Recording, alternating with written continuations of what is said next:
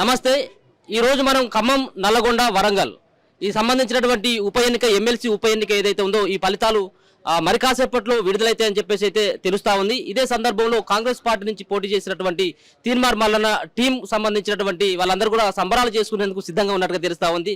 ఇప్పటికే ఖమ్మం, నల్లగొండ, వరంగల్లో కాంగ్రెస్ పార్టీకి నిన్న వచ్చినటువంటి ఫలితాల్లో మరి అక్కడ భారీ మెజార్టీ రావడం జరిగింది. ఇదే మెజార్టీ తోటి అభ్యర్థి కూడా ఎమ్మెల్సీ అభ్యర్థి కూడా విజయం సాధిస్తారన్నటువంటి ఆశాభావాన్ని వ్యక్తం చేస్తున్నారు. మనతో పాటు తీన్మార్ మల్లన్న టీం రాష్ట్ర కన్వీనర్ రజనీ గారితో ఒకసారి మాట్లాడేటువంటి ప్రయత్నం చేద్దాం. దీనిపైన పూర్తి వివరణ తీసుకునేటువంటి ప్రయత్నం కూడా చేద్దాం. అన్న నమస్తే అన్న. ఈ రోజు జరిగేటువంటి ఈ ఫలితాల్లో ఎట్లాంటి రిజల్ట్ వస్తుందని చెప్పేసి భావిస్తా ఉన్నారు? సో బాగా పాజిటివ్ ఉంటుంది అనుకుంటున్నాం. మంచి అసలు ఎవరు ఊహించినటువంటి రీతిలో ఫస్ట్ ప్రియారిటీ ఓట్లుగా దాదాపు పోలైనటువంటి ఓట్లలో 70% పైగా ఓట్లు తీన్మార్ మల్లన్నకు పోలైనటువంటి ఒక అంచనా ఉంది. సో ఈ 3 జిల్లాల పరిధిలో పనిచేసినటువంటి రాష్ట్ర వ్యాప్తంగా ఉన్నటువంటి మా టీం సభ్యులు కానీ, అదేవిధంగా కాంగ్రెస్ పార్టీ కార్యకర్తలు, కాంగ్రెస్ పార్టీ శ్రేణులు, అదేవిధంగా ఇతర మేధావులు అందరితో మాట్లాడినప్పుడు ఏ బూత్లో చూసినా కూడా దాదాపు 100 ఓట్లు పోలైతే దాదాపు 70 నుంచి 75 పైగా ఓట్లు మల్లన్నకు పోలైనాయి. మిగతా 20-25 ఓట్లలో మిగిలిన అభ్యర్థులు అందరూ ఉంటారు. సో కాబట్టి ఎటువంటి ఇబ్బంది ఉండదు. ప్రశాంతంగా అన్న భారీ మెజార్టీతో, ఊహకందనటువంటి మెజార్టీతో, మంచి మెజార్టీతో మేము ఇక్కడ విజయం సాధిస్తానన్న నమ్మకం ఉన్నది. ఉదయం 8 గంటలకు మా వాళ్ళందరూ కూడా కౌంటింగ్ సెంటర్లకు చేరుకున్నారు. మా టీం అంతా కూడా 96 టేబుల్స్ వద్ద దాదాపు మా వాళ్ళు 96 మంది ఏజెంట్లు అక్కడ లోపల ఉన్నారు. సో వాళ్ళు అందిస్తున్నటువంటి సమాచారం కూడా మనకు పోస్టల్ బ్యాలెట్లకు సంబంధించిన సమాచారాన్ని వాళ్ళు కూడా అందిస్తున్నారు. సో పోస్టల్ బ్యాలెట్లో దాదాపు 70-75% పైగా మనకు ఉన్నాయన్న అని చెప్పేసి చెప్తా ఉన్నారు. సో అది కూడా మాకు కొంత బూస్టప్గా ఉన్నది. సో ఓవరాల్గా తెలంగాణ రాష్ట్ర వ్యాప్తంగా, తెలంగాణ రాష్ట్రంలో గడిచినటువంటి దశాబ్ద కాలంగా తీన్మార్ మల్లన్న కానీ, తీన్మార్ మల్లన్న టీం కానీ, లేదా కాంగ్రెస్ పార్టీ కానీ అప్పుడున్నటువంటి ఆ రాక్షస ప్రభుత్వం పైన కొట్లాడినటువంటి విధానాన్ని ఇక్కడ ఉన్నటువంటి ఈ 3 జిల్లాల్లో ఉన్నటువంటి గ్రాడ్యుయేట్లు కావచ్చు, అదేవిధంగా ప్రభుత్వ ఉద్యోగులు, ఉపాధ్యాయులు, అన్ని వర్గాల ప్రజలు మల్లన్నను ఆదరించారు. సో వాళ్ళందరూ కూడా పేరు పేరున కృతజ్ఞతలు, ధన్యవాదాలు తెలియజేస్తూ ఉన్నాం. సో అన్ని జిల్లాలలో ఉన్నటువంటి మా శ్రేణులకు, అదేవిధంగా తెలంగాణ రాష్ట్ర వ్యాప్తంగా ఉన్నటువంటి మల్లన్న అభిమానులందరూ కూడా మరికొన్ని గంటల్లోనే మనందరికీ ఒక మంచి శుభవార్త అందబోతున్న విశ్వాసాన్ని కూడా వ్యక్తం చేస్తా ఉన్నాం. ఒక పక్కన అసెంబ్లీ ఎన్నికల్లో, మరో పక్కన పార్లమెంట్ ఎన్నికల్లో అందరూ వేసేటువంటి ఓట్లు, కానీ ఇక్కడ గ్రాడ్యుయేట్స్ వేసేటువంటి ఓట్లు ఇక్కడ కాంగ్రెస్ పార్టీకి ఉండేటువంటి అవకాశం ఉంటుంది. ఎందుకంటే అసెంబ్లీ ఎన్నికల్లో కాంగ్రెస్ పార్టీని ఆదరించారు. మొన్న జరిగినటువంటి పార్లమెంట్ ఎన్నికల్లో కూడా నిన్న చూడడం జరిగింది. పార్లమెంట్ ఎన్నికల్లో కూడా కాంగ్రెస్ పార్టీ 8 సీట్లు సాధించడం ఇట్లా కలిసి వచ్చేటువంటి అంశంగా చెప్పుకోవచ్చు. 100% మనకు కలిసి వచ్చిందని కాదు. దాదాపు ఈ 3 జిల్లాల పరిధిలో గ్రాడ్యుయేట్ ఎన్నిక అనేది పోటీ చేస్తున్న అభ్యర్థులు కొత్త. కానీ తీన్మార్ మల్లన్న 2014 నుంచి ఈ గ్రాడ్యుయేట్ కాన్ఫరెన్స్లో పోటీ చేస్తూ వస్తున్నాడు. సో ఈ గ్రాడ్యుయేట్ ఓటర్లందరూ కూడా మల్లన్న 2014 నుంచి సుపరిచితుడు. మేము గేమ్ ఎప్పుడు స్టార్ట్ చేసినాం? 2020 10 సంవత్సరాల క్రితం గేమ్ స్టార్ట్ చేసినాం. వాళ్ళు ఎప్పుడు గేమ్ స్టార్ట్ చేశారు? 3 నెలలు 2 నెలల క్రితం గేమ్ స్టార్ట్ చేశారు. సో కాబట్టి మాకు ఉన్నటువంటి పట్టు కావచ్చు, లేదా ఈ ప్రాంతంలో ఉన్నటువంటి పట్టభద్రులతో ఉన్నటువంటి పరిచయాలు, సంబంధాలు, సో 3-4 ఎన్నికల్లో వారిని కలిసినటువంటి విధానం, ఎన్నికల అనంతరం కూడా ఎన్నికలతో సంబంధం లేకుండా మల్లన్న ప్రజలకు అందుబాటులో ఉన్నటువంటి తీరు కానీ, ప్రజలకు అందించినటువంటి సేవలు కానీ, ఇవన్నీ కూడా పట్టభద్రుల హృదయాల్లో, అదేవిధంగా ప్రభుత్వ ఉద్యోగులు, ఉపాధ్యాయులు, మేధావుల హృదయాల్లో ఉన్నాయి. సో ఏం జరిగినా కూడా ప్రస్తుతం ఉన్నటువంటి తెలంగాణ రాష్ట్రంలో తీన్మార్ మల్లన్నకు ఒక అవకాశం ఇవ్వాలన్నటువంటి ఆలోచనతో అన్ని వర్గాల ప్రజలు ఉన్నారు. అది సామాన్య ప్రజలు కావచ్చు, పట్టభద్రులు కావచ్చు, అన్ని వర్గాల ప్రజలు ఉన్నారు. సో కాంగ్రెస్ పార్టీ అధిష్టానం మాలాంటి సో మన తొలి వెలుగు రఘు లాంటి వాళ్ళందరూ కూడా జనరల్ ఎలక్షన్ కంటే మీరు గ్రాడ్యుయేట్ ఎలక్షన్లో కంటెస్ట్ చేసినా బాగుంటుందని వాళ్ళందరూ కూడా సలహా ఇచ్చారు. కాబట్టి సో కాంగ్రెస్ పార్టీ హైకమాండ్ కూడా గ్రాడ్యుయేట్ ఎన్నికల్లో పోటీ చేయాలని మల్లన్న ఆదేశించింది. కాబట్టి ఎన్నికల్లో పోటీ చేసాం. పట్టభద్రుల యొక్క ఆశీస్సులు, వాళ్ళ యొక్క మన్ననలు పొందామనుకుంటున్నాం. సో వాళ్ళకు మేము సేవ చేసుకునే అవకాశం మాకు కల్పిస్తానన్నట్టు ఆశావాద దృక్పథంతో ఉన్నాం. సో మాకు అందినటువంటి రిజల్ట్ కూడా మాకు చాలా పాజిటివ్గా ఉన్నది. సో ఇప్పుడు కౌంటింగ్ సెంటర్ నుంచి కూడా పాజిటివ్ రిజల్ట్స్ అంతా ఉన్నాయి. కాబట్టి సో పూర్తి విశ్వాసం, పూర్తి నమ్మకం ఉన్నది. మంచి మెజారిటీ, అంటే హ్యూజ్ మెజారిటీ, 70-75% పైగా ఓట్లు మల్లన్నకు పోలైనాయి అనేటువంటి నమ్మకంతో, విశ్వాసంతో ఉన్నాం. మా ప్రత్యర్థులు మా దరిదాపుల్లో కూడా ఉండరు. 20-25%లో మిగతా వాళ్ళందరూ ఉంటారు. కాబట్టి వాళ్ళ గురించి కానీ, ఇక వాళ్ళ చేసుకున్న ప్రచారాల గురించి మేము స్పందించడం కంటే ఇంకా కొద్ది గంటల్లో అయితేనే వాళ్ళు పట్టభద్రులు ఇచ్చినటువంటి తీర్పే మనకు ఆ తీర్పు ఏందనేది వ్యక్తమవుతున్నది. కాబట్టి ఖచ్చితంగా పట్టభద్రుల పైన, అదేవిధంగా ఈ 3 జిల్లాల్లో ఉన్నటువంటి గ్రాడ్యుయేట్ ఎన్నిక జరిగినటువంటి తీరు కానీ, పోలింగ్ జరిగినటువంటి తీరు కానీ, ఇప్పుడు కౌంటింగ్ జరుగుతున్నటువంటి విధానం కానీ, వీటన్నిటిపైన పూర్తిగా మాకు అనుకూల పవనాలు ఉన్నాయి. ఖచ్చితంగా మంచి మెజార్టీతో, హ్యూజ్ మెజార్టీతో ఇక్కడ మేము ఈ ఎన్నికను గెలవబోతా ఉన్నాం. కొంత ఉద్యోగస్తులు గవర్నమెంట్కి పాజిటివ్గా ఉంటారు కాబట్టి కొంత మీ వైపు నడిచినట్టుగా కనబడతాం. కానీ నిరుద్యోగులు సైతం ఎక్కడ కూడా మనం గ్రౌండ్ లెవెల్లో తిరిగినప్పుడు ప్రభుత్వం ఇచ్చినటువంటి హామీని పూర్తిగా మర్చిపోయింది. అంటే కాంగ్రెస్ పైన ఉన్నటువంటి కొంత వ్యతిరేకత ఇక్కడ మల్లన్నకి ఇది కొంత మైనస్ అయ్యేటువంటి అవకాశం కనబడుతుంది. దీన్ని ఏమంటారు? సో అట్లా మనం చూడడానికి లేదు. మీకు ఎప్పుడు కూడా ఎట్లా ఉంటుందంటే జనరల్గా మనకు ఎన్నిక జరుగుతున్నప్పుడు ఈ గ్రాడ్యుయేట్ ఎలక్షన్ అనేది ఎవరికి అర్థం కాదు. ఒక 5-6 రకాలైన సెక్షన్స్ ఉంటాయి గ్రాడ్యుయేట్లో. ఒకటి ప్రభుత్వ ఉద్యోగులు కూడా టీజీఓలు, టీఎన్జీఓలు, రిటైర్డ్ ఎంప్లాయీస్ ఇదొక సెక్షన్ ఉంటుంది. ఉపాధ్యాయులు, బోధనేతర సిబ్బంది వీళ్ళంతా కూడా ఇంకొక సెక్షన్ ఆఫ్ ఉంటుంది. అదేవిధంగా ప్రైవేట్ స్కూల్స్, స్కూల్ మేనేజ్మెంట్లు, ప్రైవేట్ స్కూల్ టీచర్లు ఇదొక సెక్షన్ ఉంటుంది. అదేవిధంగా ఉద్యమాలతో సంబంధం ఉన్నటువంటి విద్యార్థులకు ఒక అంశం ఉంటుంది. అదేవిధంగా నిరుద్యోగులు ఇంకొక సెక్షన్ ఆఫ్ పీపుల్ ఉంటుంది. ఇట్లా అన్ని రకాల సెక్షన్ ఆఫ్ పీపుల్స్ ఉన్నప్పుడు మాకు నిరుద్యోగులకు సంబంధించిన దానిలో కూడా 80% పైగా మల్లన్నను విశ్వసించారు. సరే, కాంగ్రెస్ పార్టీ ప్రభుత్వం ఏర్పడి కేవలం ఎన్నిక జరిగే నాటికి 3-4 నెలల సమయం మాత్రమే అవుతున్నది. 2 నెలలు మాత్రమే కాంగ్రెస్ పార్టీ ప్రభుత్వం పరిపాలన చేయగలిగింది. ఈ 2 నెలల్లో కూడా గత ప్రభుత్వం మిగిల్చిపోయినటువంటి అప్పులు, ఇతరాతర అంశాలపైన దృష్టి పెట్టారు కాబట్టి కేవలం 60-70 రోజుల పరిపాలనలోనే మొత్తం నిరుద్యోగులకు సంబంధించిన నోటిఫికేషన్లు రావాలి, అన్ని కంప్లీట్ కావాలన్నటువంటి అంత వేగంగా కాదు. వాళ్ళకు కూడా కొంత ప్రభుత్వం పైన ఒత్తిడి తేగలగాలి. మల్లన్న ప్రభుత్వంలో ఉంటేనే సాధ్యమవుతుంది. అంటే స్టార్టింగ్లో కొంత వాళ్ళకు ఉండే, మల్లన్న గతంలో ప్రశ్నించే గొంతు అన్నాడు కాబట్టి, సో ప్రశ్నించే గొంతుగా ఉన్నప్పుడు ఇక్కడ ప్రతిపక్షానికి సంబంధించిన వారే చట్టసభలలో ఉంటే సాధ్యమవుతుంది. సో మల్లన్న లాంటి వాళ్ళతో సాధ్యం కాకపోవచ్చు అనుకున్నారు. కానీ ఎన్నిక జరిగే నాటికి వాళ్ళందరినీ కూడా మేము కన్విన్స్ చేయగలిగినాం. సో మల్లన్నకు ఉన్నటువంటి వాయిస్ కావచ్చు, లేదా మల్లన్నకు ఉన్నటువంటి ఇమేజ్ కావచ్చు, మల్లన్నకు ఉన్నటువంటి పలుకుబడి వల్లనే రేపు రాష్ట్ర ప్రభుత్వంతో మీకు ఉన్నటువంటి సమస్యలన్నింటినీ కూడా ఉద్యోగాల నోటిఫికేషన్లు కానీ ఇతర సమస్యలు కానీ వాటన్నిటిని కూడా వాటితో మాట్లాడి మీకు పరిష్కరించగలిగేటువంటి సత్తా ఉన్నటువంటి వ్యక్తి పోటీ చేస్తున్న ముగ్గురిలో మల్లన్నకు మాత్రమే ఉంది.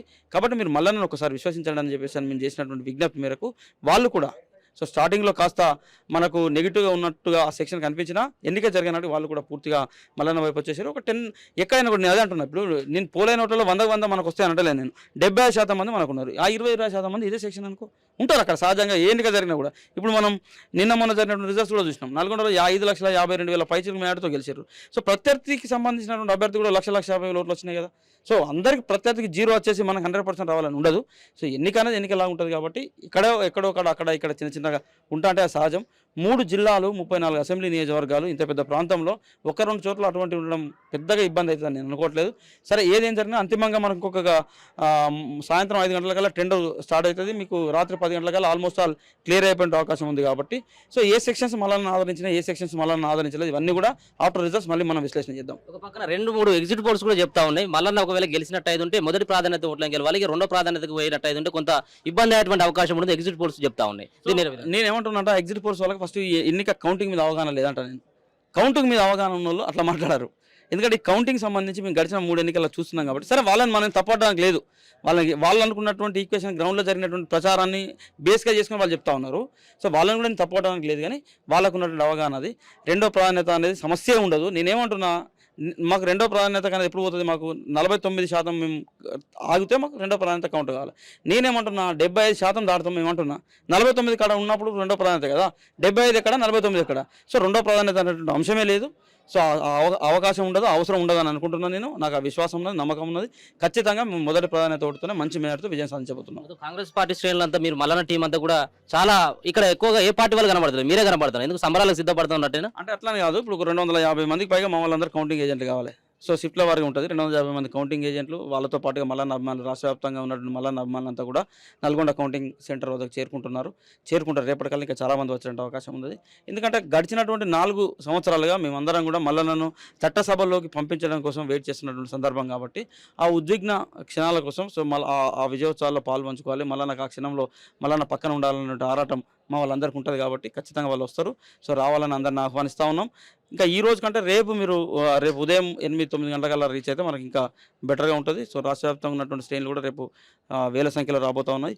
సో అందరికి కూడా ఆహ్వానం పలుకుతా ఉన్నాం. ఈ రోజు ఉన్నటువంటి వాళ్ళందరూ కూడా కౌంటింగ్ కోసం వచ్చినటువంటి మా మిత్రులు, మా శ్రేయోభిలాషులు, మా సహచరులు వీళ్ళంతా కూడా ఓకే. మరికొంతమంది తీర్మార్ మల్లన్న సంబంధించినటువంటి టీం సభ్యులు కానీ మల్లన్న సంబంధించినటువంటి అభిమానులు చాలా పెద్ద ఎత్తున కూడా ఇక్కడ జరుగుతున్నటువంటి కౌంటింగ్ కేంద్రాన్ని పరిశీలించేందుకు, అంతేకాకుండా మల్లన్న విజయం సాధిస్తాడన్నటువంటి వాళ్ళ హోప్ బట్టి అక్కడ ఉన్నటువంటి జిల్లాకు సంబంధించిన వాళ్ళందరూ కూడా ఇక్కడ రావడం జరిగింది. కొంతమంది అభిప్రాయాన్ని కూడా ఒకసారి సేకరించేటువంటి ప్రయత్నం చేద్దాం. మీరు ఇక్కడ రావడానికి ప్రధానమైనటువంటి కారణం ఏంది? మల్లన్న ఈసారి గెలిచేటువంటి అవకాశం కనబడతా ఉందా? తీన్మార్ మల్లన్న ఉమ్మడి నల్గొండ, ఖమ్మం, వరంగల్ నుండి పట్టభద్రుల ఎన్నికల నుండి ఎమ్మెల్సీ అభ్యర్థిగా పోటీ చేయడంతో పాటు ఈరోజు మరి కౌంటింగ్ సందర్భంగా కరీంనగర్ జిల్లా నుండి మేము ఏజెంట్లుగా రావడం జరిగింది. 100% తీన్మార్ మల్లన్న గెలుస్తాడా అనే క్వశ్చన్లో చూసుకున్నట్టయితే 100% గెలుస్తారని మేము చెప్పగలుగుతాం. ఎందుకంటే తీన్మార్ మల్లన్న ఒకనొక టైంలో తెలంగాణ రాష్ట్రంలో నియంతృత్వ పాలన జరిగేటప్పుడు అసలు అక్కడ ప్రతిపక్షాలు కూడా మాట్లాడని సమయంలో తీన్మార్ మల్లన్న ప్రజల పక్షాన గొంతై మాట్లాడండి. కాబట్టి అదేవిధంగా తీన్మార్ మల్లన్న తెలంగాణ రాష్ట్రంలో ఒక వ్యక్తిలాగానే కాకుండా ఒక శక్తిలాగా కూడా పరిగణించబడ్డాడు. కాబట్టి 100% తీన్మార్ మల్లన్న గారు గెలుస్తున్నారు. అదేవిధంగా తీన్మార్ మల్లన్న గారికి కూడా పట్టభద్రులు కూడా పార్టీలకు అతీతంగా మొదటి ప్రాధాన్యతతోటి ఓటేసి గెలిపిస్తా అని చెప్పేసి కూడా మేము తిరిగిన ప్రచారంలో కూడా తెలియజేయడం జరిగింది. ఇంతకుముందు మీరు అన్నటువంటి విషయమే ప్రశ్నించినటువంటి వ్యక్తి ఇలా ప్రభుత్వంలో ఏం ప్రశ్నిస్తాడని ఏం సమాధానం చెప్తారు? 100% ప్రశ్నిస్తాడు. మల్లన్న కూడా చెప్పిండు కదా, ప్రభుత్వం ఏదైనా కావచ్చు కానీ తప్పు జరిగితే మాత్రం తప్పకుండా ప్రశ్నిస్తా అన్నాడు. 100% ఎందులో తప్పు జరిగినా కూడా ప్రశ్నిస్తాడు. పట్టభద్రుల ఎమ్మెల్సీ ఎన్నికలలో నిలబడ్డప్పుడు కూడా పోటీలో దిగేటప్పుడు కూడా పట్టభద్రులు అడిగిన ప్రశ్నలకు కూడా సమాధానం అడిగిండు. అదే 317 జియో బాధితులకు కానీ 46 జియో బాధితులకు కానీ అండగా నిలబడతా అని చెప్పిండు. 46 జియో బాధితులకు సమాధానం కాంగ్రెస్ పార్టీ ప్రభుత్వం చెప్పాలని కూడా చెప్పి మరి కాంగ్రెస్ పార్టీ ముఖ్యులు పెద్దలు మంత్రులు ఉన్న సభలో కూడా కాంగ్రెస్ పార్టీని అడిగిండు. కాబట్టి 100% ప్రభుత్వాలకు అతీతంగా తీన్మార్ మల్లన్న గారు ప్రశ్నిస్తారని చెప్పి మాత్రం నేను తెలియజేస్తా ఉన్నాను. ఒక పక్కన కాంగ్రెస్ పార్టీతో ఏ పార్టీతో సంబంధం లేనప్పుడు మల్లన్నకు ఉన్నటువంటి ఇమేజ్ వేరు, ఇప్పుడు పార్టీలు మారుతున్నటువంటి ఇమేజ్ వేరు. ఇది ఖచ్చితంగా కూడా ఈ ఎన్నికల్లో అట్లాంటి ప్రభావం చూపేటటువంటి అవకాశం లేదంటావా? అట్లా లేదు. ఎందుకంటే ఇప్పుడు కాంగ్రెస్ పార్టీలోకి వచ్చిన తర్వాత ప్రభావం మారుతుంది. తీన్మార్ మల్లన్న గారు ఏదో తీన్మార్ మల్లన్న గారిని ప్రజలు దూరం చేసుకుంటారని కాదు. తీన్మార్ మల్లన్న గారు ఏ పార్టీకి పోయినా కూడా తీన్మార్ మల్లన్న గారు ప్రజల వ్యక్తి. కాబట్టి ప్రజల మనసులను గెలుచుకున్న వ్యక్తి తీన్మార్ మల్లన్న. కాబట్టి ఆ విధంగా అసలు ప్రజల మనసులలో ఏ అభిప్రాయం లేదు. ఎందుకంటే మేము దాదాపు 20 రోజుల నుంచి మేము ప్రచారంలో కూడా తీన్మార్ మల్లన్న గారి ఎమ్మెల్సీ ఎన్నికల ప్రచారంలో పట్టభద్రులను కలవడం జరిగింది. ప్రజాక్షేత్రంలో ప్రజాభిప్రాయం తీసుకోవడం జరిగింది. కాబట్టి అక్కడ ఎలాంటి విభేదాలు లేవు.